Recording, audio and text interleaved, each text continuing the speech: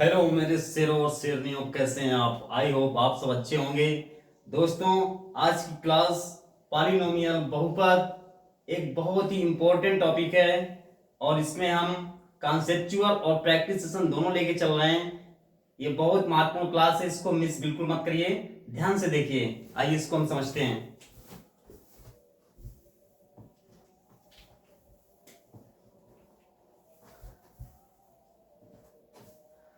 Polynomial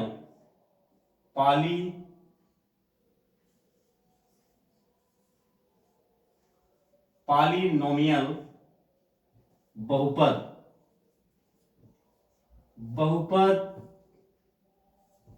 ये बहुत important chapter है और इसमें हम सबसे महत्वपूर्ण है, हम समझेंगे कि द्विघात बहुपद क्या होता है। द्विघात बहुपद हम इसमें साथ में इसका कॉन्सेप्ट भी क्लियर करते चल रहे हैं और इसके क्वेश्चंस भी प्रैक्टिस करते चल रहे हैं। तो कॉन्सेप्ट भी आपका क्लियर हो जाएगा और क्वेश्चंस भी आप करते चल रहे हैं। तो यहाँ पे है द्विघात बहुपद। द्विघात बहुपद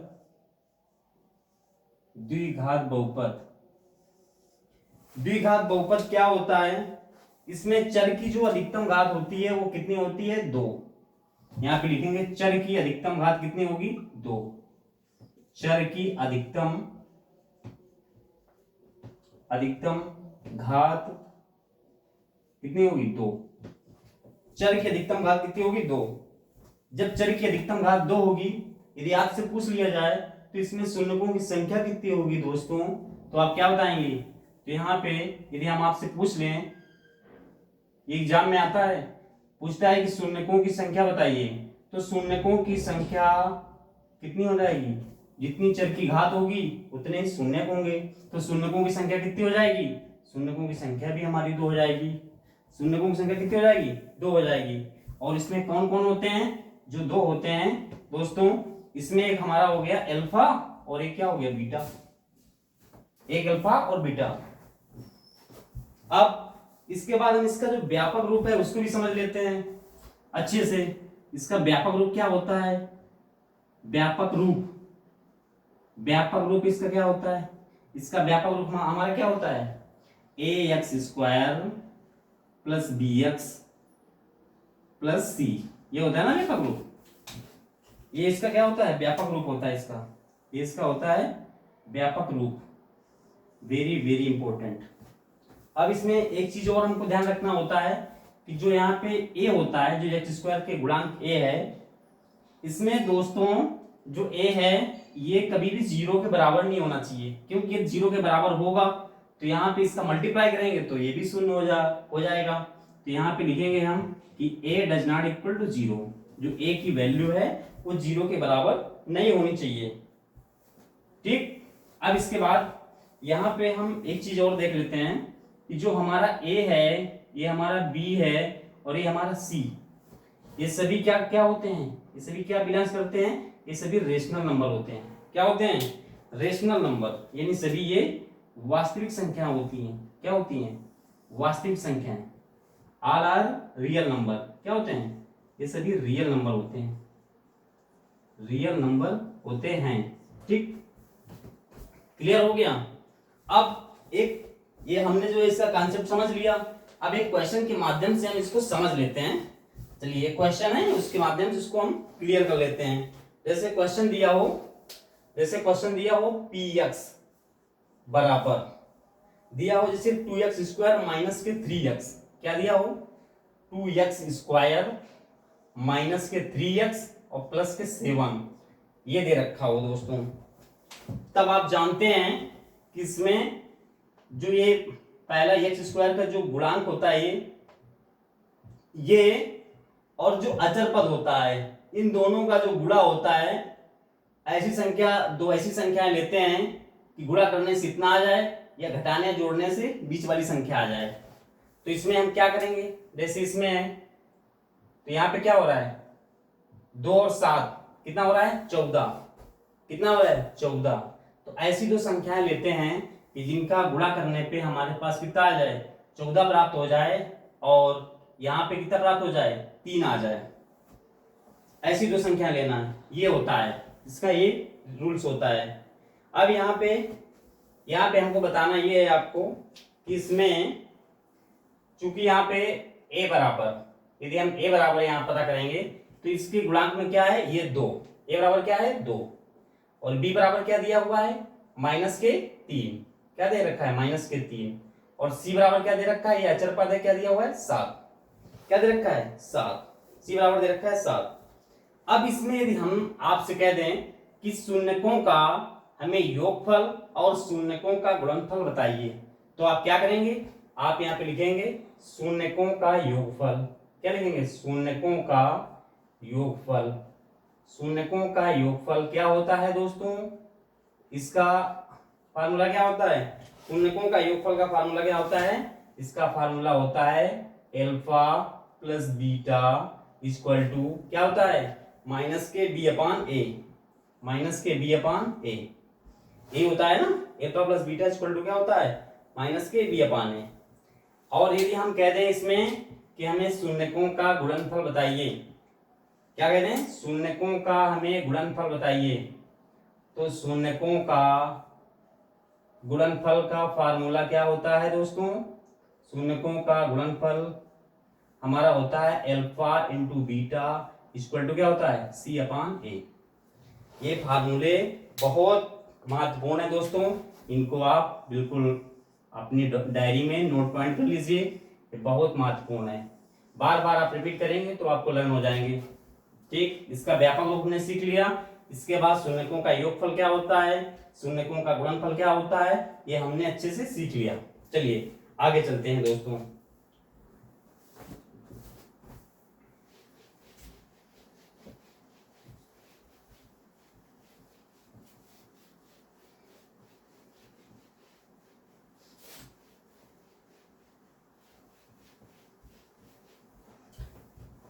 इसके बाद दोस्तों हम सीखेंगे कि हमारा जो द्विघात बहुपद होता है उसका फार्मूला क्या होता है। यदि हमें कह दे कि द्विघात बहुपद बताओ, तो जो द्विघात बहुपद होता है उसका फार्मूला क्या होता है, द्विघात बहुपद, इसका फार्मूला क्या होता है द्विघात बहुपद।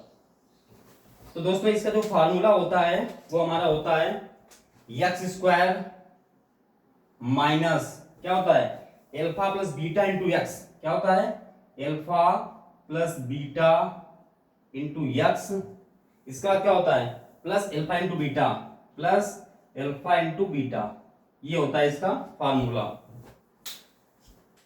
बेटा ये इसमें जो है ये हमारा क्या है, ये शून्यकों का हमारा क्या है योग है, ये क्या है शून्यकों का योग है, हम लिख रहे हैं इसमें शून्यकों का योग है, ये शून्यकों का योग, योगफल हो गया, और ये हमारा क्या होता है शून्यकों का गुणनफल, अल्फा इंटू बीटा क्या होता है शून्यकों का गुणनफल, शून्यकों का गुणनफल ये होता है।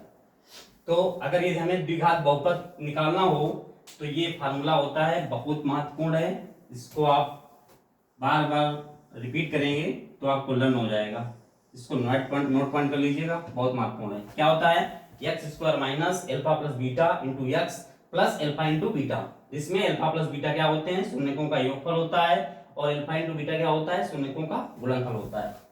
ओके दोस्तों, अब हमने द्विघात बहुपद सीख लिया, अब इसके बाद हम सीखेंगे त्रिघात बहुपद। द्विघात बहुपद कंफर्म हो गया, अब इसके बाद हम सीखेंगे त्रिघात बहुपद। चलिए इसको हम अच्छे समझते हैं कि त्रिघात बहुपद क्या है। त्रिघात बहुपद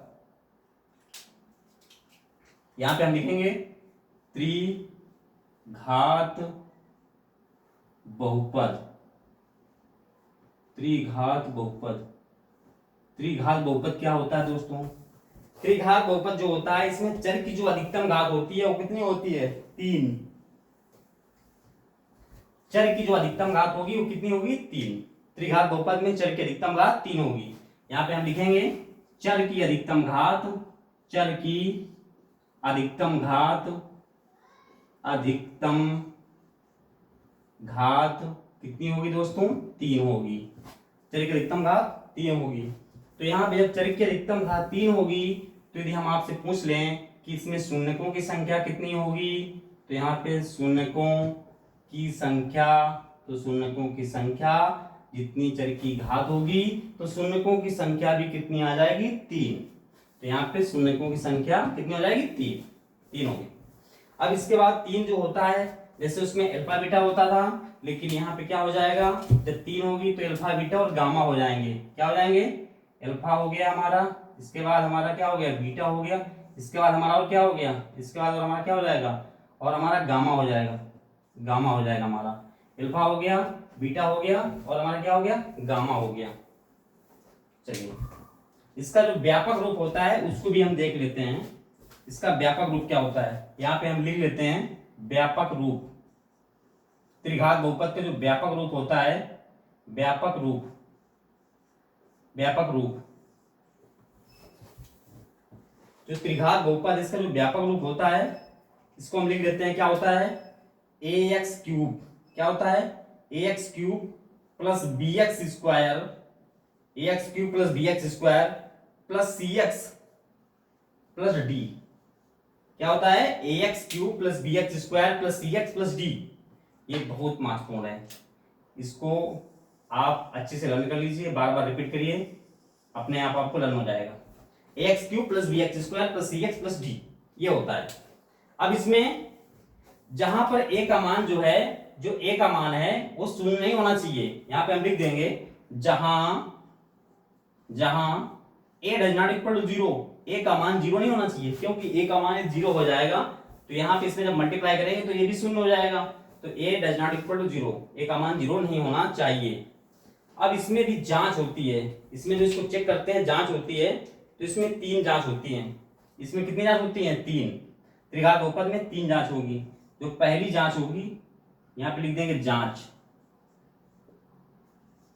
इसकी जो चेकिंग होगी, तो जो पहली जांच होगी तो उसमें क्या होगा, alpha plus beta plus gamma, क्या हो जाएगा, अल्फा प्लस क्या हो जाएगा, बीटा प्लस क्या हो जाएगा, इसका हमारा क्या हो जाएगा, gamma. Alpha plus beta plus gamma equal to क्या हो जाएगा, माइनस के बी अपान ए। क्या हो जाएगा, माइनस के बी अपान ए। ये पहली जांच हो गई। इसके बाद जब इसकी दूसरी जांच होगी, यहाँ पर हम लिख रहे हैं, इसकी जो दूसरी जांच होगी उसमें क्या होगा, alpha into beta, alpha beta plus beta gamma plus gamma alpha, alpha beta, alpha beta plus इसके बाद क्या हो जाएगा, बीटा गामा प्लस हो जाएगा beta gamma plus beta gamma हो गया। इसके बाद प्लस इसके बाद क्या हो जाएगा, गामा अल्फा हो जाएगा प्लस क्या हो जाएगा, gamma alpha, alpha beta plus beta gamma plus gamma alpha equal to क्या हो जाएगा हमारा, ये हो जाएगा हमारा सी अपान ए। क्या हो जाएगा, सी अपान ए। ये हमारा हो गया सी अपान ए। चलिए 2 जांच हो गई। इसके बाद इसकी जब तीसरी जांच होगी वो क्या होता है, यहां पे हम लिखे दे रहे हैं तीसरी जांच। इसकी तीसरी जांच जो होती है वो क्या होता है, उसमें होता है alpha beta into gamma, alpha into beta into gamma equal to क्या होता है हमारा, ये होता है हमारा माइनस के डी अपान ए। क्या हो जाएगा, माइनस के डी अपान ए। ये हो गया। ये दोस्तों बहुत इंपॉर्टेंट है, इनको आप बिल्कुल नोट पॉइंट कर लीजिए, बार बार इनको रिपीट करेंगे, ये आपको लर्न हो जाएंगे।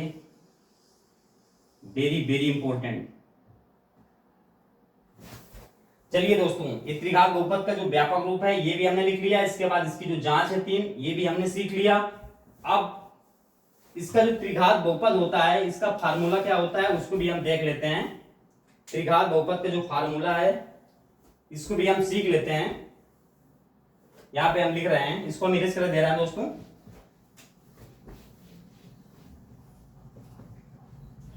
जो हमारा त्रिघात बहुपद होता है, त्रिघात बहुपद,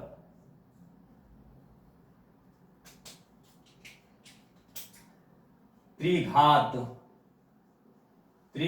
बहुपद, त्रिघात जो बहुपद होता है, त्रिघात बहुपद, इसका फार्मूला क्या होता है उसको हम लिख रहे हैं। इसमें होता है यक्स क्यूब। क्या होता है, x cube minus alpha plus beta plus gamma. क्या होता है, अल्फा प्लस के बीटा प्लस क्या हो जाएगा, गामा, अल्फा प्लस के बीटा प्लस के गामा, अल्फा प्लस के बीटा प्लस के गामा हो गया, alpha plus beta plus gamma हो गया इंटू यहाँ पे हो जाएगा एक्स स्क्वायर प्लस यहाँ पे हो जाएगा एल्फा इंटू बीटा। क्या हो गया? Alpha into beta, alpha beta plus के बीटा गामा, प्लस के बीटा गामा, इसके बाद प्लस गामा एल्फा, प्लस क्या हो जाएगा? प्लस के gamma alpha, alpha beta plus के बीटा गामा प्लस के गामा एल्फा इंटू क्या हो जाएगा? यक्स हो गया। और माइनस के क्या हो जाएगा यहाँ पे? एल्फा बीटा गामा, माइनस के हो जाएगा हमारा एल्फा बीटा और क्या हो जाएगा? गामा। ये हमारा त्रिघात बहुपद है, इसका फार्मूला होता है एक्स क्यूब माइनस ब्रैकेट में alpha plus beta plus gamma into x square plus alpha beta plus beta gamma plus gamma alpha into x minus alpha beta gamma, alpha into beta into gamma. ये हो गया। अब दोस्तों एक उदाहरण हम जो है अब सॉल्व करेंगे। उम्मीद है आपको कॉन्सेप्ट बहुत अच्छे से स्टेप बाय स्टेप आपको क्लियर हुए होंगे। अब एक एग्जांपल हम कर लेते हैं दोस्तों। चलिए एक उदाहरण हम कर लेते हैं। एक द्विघात बहुपद है। क्या है? एक क्वेश्चन है यहाँ पे, ये हमारा उदाहरण एग्जांपल है। एग्जांपल इसमें कह रहा है कि द्विघात बहुपद, ये एग्जाम में आया हुआ क्वेश्चन है। द्विघात बहुपद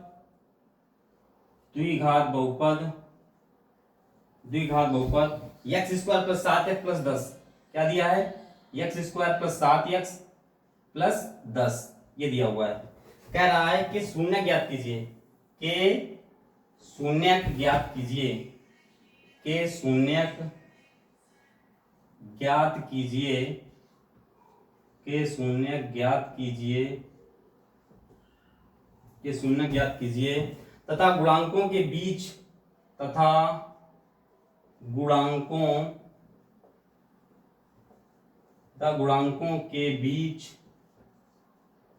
गुणांकों के बीच के संबंध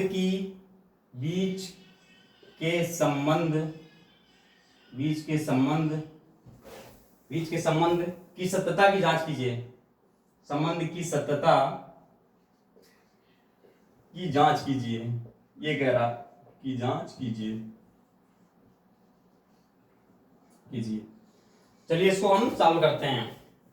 यहां पे हमारा दिया हुआ question x square plus 7x plus 10 दिया हुआ है। क्या दिया हुआ है क्वेश्चन हमारा? एक्स स्क्वायर प्लस के 7x प्लस के 10 दे रखा है। ये दे रखा है दोस्तों। अब देखिए यहाँ पे क्या है, यहाँ पे इसके गुणांक में कुछ नहीं तो क्या है? 1। तो एक्स स्क्वायर का जो गुणज होता है, इसका जो गुणांक है, इसमें ये और अचर पद का गुणा करने पे यानी क्या हो जाएगा? 1 × 10। तो ऐसी दो संख्याएं हमको लेना है कि गुणा करने पे हमारे पास 10 प्राप्त हो जाए और जोड़ने पे हमारे पास कितना हो जाए? 7। तो दोस्तों ऐसी दो संख्याएं कौन सी हैं? एक संख्या हमारे पास 5 हो गई और एक संख्या हमारे पास 2 हो गई। तो 5 में से 2 का गुणा करेंगे तो 10 आ जाएगा और 5 में से 2 ऐड करेंगे तो 7 आ जाएगा। चलिए इसको हम करते हैं। ये दोस्तों यहाँ पे देखो प्लस है तो इसमें ब्रैकेट के अंदर नहीं रखेंगे, माइनस होता तो ब्रैकेट के अंदर रखते। तो यहाँ पे क्या हो जाएगा? एक्स स्क्वायर प्लस के 5x प्लस के 2x प्लस के 10। ये हो गया। चलिए इसमें से वैनिश निकाल लेते हैं। इसमें क्या कॉमन है? x। तो यहाँ पे क्या बचेगा? x प्लस 5 और इन दोनों में से क्या है? प्लस का 2 कॉमन ले लेते हैं। अंदर क्या बचेगा? x plus 5। तो एक ब्रैकेट में आ गया हमारे पास x प्लस 5 और एक ब्रैकेट में हमारे पास आ गया x प्लस 2। ठीक, इतना आ गया ना, बराबर क्या हो जाएगा? 0 हो जाएगा। हो जाएगा 0 हो गया। तो अब यहां पे हम देखेंगे यदि हम x प्लस 5 बराबर 0 करेंगे तो हमारे पास x बराबर क्या आ जाएगा? ये प्लस का 5 उधर जाएगा तो माइनस का हो जाएगा, तो x बराबर हो जाएगा माइनस का 5। एक तो हमारे पास ये आ गया। ठीक, इसके बाद यदि x प्लस 2 बराबर 0 करेंगे दोस्तों, इसके बाद आगे यहाँ पे कर रहे हैं, यदि x प्लस 2 बराबर 0 दिया है तो यदि x बराबर करेंगे हम तो कितना आ जाएगा? प्लस का 2 उधर जाएगा तो माइनस का 2 हो जाएगा। तो एक हमारे पास ये आ गया। तो हम क्या करते हैं, ये हमारे पास हो गया एल्फा। क्या हो गया? एल्फा। और ये क्या हो गया? बीटा हो गया। एल्फा बीटा निकल आया। अब चूंकि हम एक चीज और देखेंगे, यहाँ पे हमको ए बी और सी ये भी देखना है। तो यहाँ पे हम क्या लिखेंगे, यहाँ पे हम लिखेंगे चूंकि a बराबर, यहाँ पे a बराबर क्या है, देखिए एक्स स्क्वायर गुणांक में क्या है 1, तो a बराबर हमारा क्या है यहाँ पे 1, और b की जगह कितना है 7, और c अचर पद जो है c की जगह में क्या है 10। ठीक, ये हो गया। अब इसके बाद में हमको यहाँ पे क्या निकालना, क्या है, शून्यकों का योगफल निकालना है, शून्यकों का योगफल निकालना है, इसके बाद गुणनफल भी निकालना है। तो पहले योगफल निकाल लेते हैं। तो यहाँ पे हम लिखेंगे शून्यकों का योगफल, शून्यकों का योगफल क्या होता है, योगफल का फार्मूला दोस्तों क्या होता है, alpha plus beta equal to होता क्या है माइनस के बी अपॉन ए। तो अल्फा कितना दिया हुआ है भाई, अल्फा दिया हुआ है इसमें माइनस के 5 और प्लस, और बीटा कितना दे रखा है यहाँ पे, बीटा दे रखा है यहाँ पे माइनस का 2 बराबर माइनस के बी कितना दिया है यहाँ पे, बी दिया यहाँ पे 7, यहाँ माइनस लगा पहले से तो यहाँ होगा 7, और ए कितना दे रखा है 1, देखो तो माइनस के 5 और प्लस माइनस का हो जी माइनस हो जाएगा, तो माइनस के 5 और प्लस माइनस माइनस माइनस के 2 बराबर, यहाँ पे इसका इसमें जब डिवाइड करेंगे तो कितना आएगा माइनस के 7 आ जाएगा। अब हम दोस्तों माइनस के 5 और माइनस 2 को जोड़ेंगे तो कितना आएगा माइनस के 7 बराबर, यहाँ पे आ गया माइनस 7। यानी जो पहली जांच है ये इसको क्या कर रही है, सेटिस्फाई कर रही है, संतुष्ट कर रही है, ये पहली जांच हमारी इसको सेटिस्फाई कर रही है, इसको संतुष्ट कर रही है, क्या हो रही है संतुष्ट हो रहा है ये। इसके बाद ये पहली जांच हो गई हमारी। इसके बाद हमको आगे क्या करना है, शून्यकों का निकालना है गुणनफल। तो अब हम निकालेंगे शून्यकों का गुणनफल, यहाँ पे हम लिख देंगे शून्यकों का गुणनफल। गुणनफल क्या होता है, गुणनफल alpha into beta equal to क्या होता है सी अपॉन ए।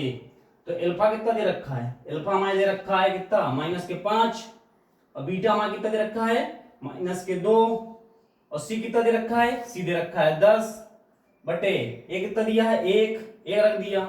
अब माइनस के 5 के जब आप माइनस 2 से आप गुणा करेंगे तो यहाँ माइनस माइनस हो जाएगा प्लस, और 5 का 2 में करेंगे तो हो जाएगा 10 बराबर 1 का 10 में भाग करेंगे तो 10 आ जाएगा।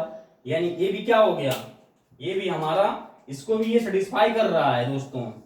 ये हो गई इसकी जांच। दोस्तों उम्मीद है आपको स्टेप बाय स्टेप इसके कॉन्सेप्ट और ये जो क्वेश्चंस हैं ये आपको बहुत अच्छे समझ में आए होंगे। दोस्तों इसी तरीके से हम आपको जो भी आगे की जो भी मैथ है वो पूरी मैथ कराएंगे अच्छे से विद कॉन्सेप्ट, और इसके बाद प्रैक्टिस भी। तो दोस्तों आप हमारे चैनल को सब्सक्राइब करना ना भूलें, इसी तरीके से अपना प्यार बनाए रखें। Thank you.